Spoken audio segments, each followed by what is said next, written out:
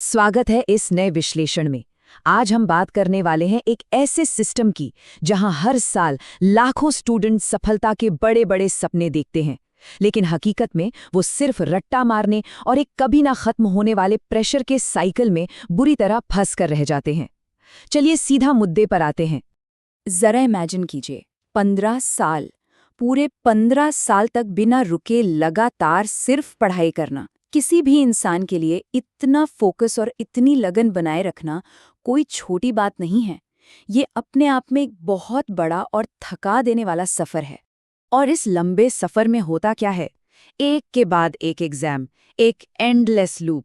एक मुश्किल एग्जाम खत्म होता नहीं है कि दूसरा सिर पर आके खड़ा हो जाता है। बस एग्जाम्स ही एग्जाम्स।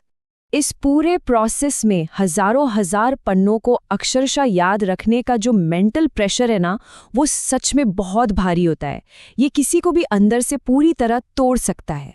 लेकिन सबसे शॉकिंग बात पता है क्या है? इतनी जानलेवा मेहनत और पानी की तरह लाखों रुपए बहाने के बाद भी एंड रिजल्ट अक्सर क्या होता है? बेरोजगारी, अनएम्प्लॉयमेंट।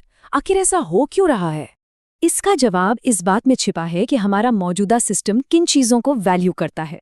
एक तरफ है मार्क्स, गला काट कंपटीशन और डर, और दूसरी तरफ है असली स्किल्स, क्रिएटिविटी और कॉन्फिडेंस, जिन्हें इस सिस्टम में कहीं पीछे छोड़ दिया गया है। भाग 1, द प्रेशर स्टार्ट्स अर्ली, यानी दबाव की शुरुआत। कोई बच्चा दुनिया को ठीक से समझना शुरू भी नहीं करता कि चारों तरफ से बस एक ही आवाज आने लगती है, डॉक्टर बनो, इंजीनियर बनो, या फिर भाई सरकारी नौकरी ही बेस्ट है। ये सब उसे शुरुआत से एक बहुत ही नैरो और दम घोटू रेस में धकेल देता है। और फिर शुरू होता है वो थका देने वाला 5 कदम का रूटीन। स्कूल जाओ, फिर ट्यूशन, फिर कोचिंग, फिर होमवर्क और आखिर में एग्जाम्स। इस मशीनरी में सवाल पूछने की आज़ादी कहीं खो जाती है।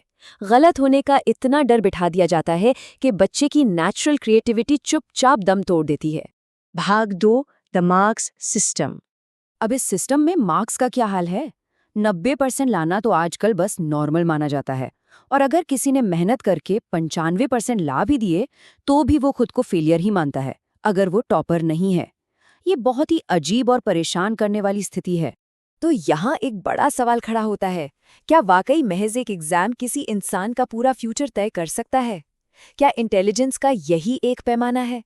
आर्ट, बिजनेस, स्पोर्ट्स या कोडिंग जैसे टैलेंट्स को तो रटाफिकेशन के आगे पूरी तरह इग्नोर ही कर दिया जाता है। भाग 3, द कोचिंग इंडस्ट्री मशीन। जैसे ही बच्चे थोड़े बड़े होते हैं, उन्हें कोटा जैसे बड़े कोचिंग हब्स में भेज दिया जाता है। यहाँ का सच बहुत डरावना है। छोटी सी उम्र में घर छोड़ना, सुबह 5 बजे उठना और दिन भर में 10 से 15 घंटे सिर्फ पढ़ते रहना, इन स्टूडेंट्स को इंसानों से ज़्यादा रोबोट समझा जाता है, जहाँ दिमाग में बस ये भर दिया जाता है कि एग्जाम में फेल होने का मतलब जिंदगी में फेल होना है। भाग 4, डिग्रीज विदाउट रियल जॉब्स। अब आते हैं उस फेज पर जो शायद सबसे ज्यादा फ्रस्ट्रेटिंग है, कॉलेज खत्म होने के बाद का गैप। एक तरफ है कॉलेज की वो मोटी मोटी किताबें और थ्योरी वाली डेफिनेशंस, और दूसरी तरफ है असल कॉर्पोरेट दुनिया, जहां चाहिए कम्युनिकेशन, प्रॉब्लम सॉल्विंग और डिजिटल स्किल्स। ये गैप इतना बड़ा है कि बड़ी बड़ी डिग्रियां लेकर भी लोग जॉबलेस बैठे हैं। भाग 5, द सोसाइटल अप्रूवल ट्रैप, समाज की स्वीकृति का जाल।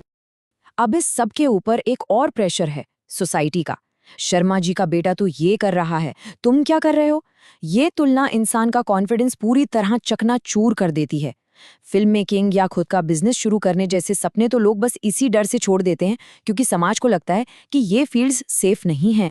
और इसी सेफ और इज्जतदार रास्ते की तलाश आखिर में जाके खत्म होती है सरकारी नौकरी के जुनून पर, जहां एक एक पोस्ट के लिए लाखों लोग अप्लाई करते हैं।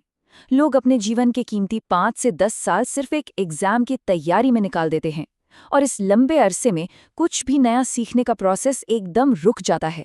भाग 6, द न्यू स्किल्स रेवोल्यूशन। लेकिन अब दुनिया बदल रही है। फ्यूचर उन लोगों का है जो लाइफ लॉन्ग लर्नर्स हैं। पुरानी रटने वाली दुनिया की जगह अब video editing, coding, AI tools और डिजिटल मार्केटिंग जैसी हाई डिमांड स्किल्स ने ले ली है। आज सिर्फ एक इंटरनेट कनेक्शन के साथ कोई भी इस पुराने रट्टा मार जाल से बाहर निकल सकता है। भाग 7, व्हाट शुड चेंज, क्या बदलना चाहिए। इस पूरे ट्रैप को तोड़ने के लिए स्कूल, पेरेंट्स और एग्जाम सिस्टम को बदलना ही होगा। बच्चों पर करियर थोपने के बजाय उन्हें रियल वर्ल्ड स्किल्स सिखानी होंगी, जैसे कि फाइनेंशियल नॉलेज, क्रिटिकल थिंकिंग और टेक्नोलॉजी। और हाँ, सबसे जरूरी बात, मेंटल हेल्थ अवेयरनेस को भी प्रैक्टिकल एजुकेशन का हिस्सा बनाना होगा। सच तो ये है कि बिना सही डायरेक्शन के की गई मेहनत भी एक तरह का ट्रैप ही है। हमारी एजुकेशन का असली मकसद आज़ाद सोचने वाले, कॉन्फिडेंट इंसान तैयार करना होना चाहिए, जो किसी भी प्रॉब्लम को सॉल्व कर सके, ना कि ऐसी स्ट्रेस्ड मशीनें बनाना जिनकी पहचान सिर्फ एक मार्कशीट पर लिखे परसेंटेज से होती हो। तो अब सोचने वाली बात ये है, और ये बात हमें गंभीरता से सोचनी चाहिए, कि क्या लाखों करोड़ों युवाओं को इस अंधी दौड़ में दौड़ाकर हमारा ये सिस्टम उन्हें सफल बना रहा है, या फिर ये सिस्टम खुद उन छात्रों को फेल कर रहा है? इस बारे में ज़रूर सोचिएगा। आज के इस विश्लेषण में शामिल होने के लिए बहुत बहुत शुक्रिया।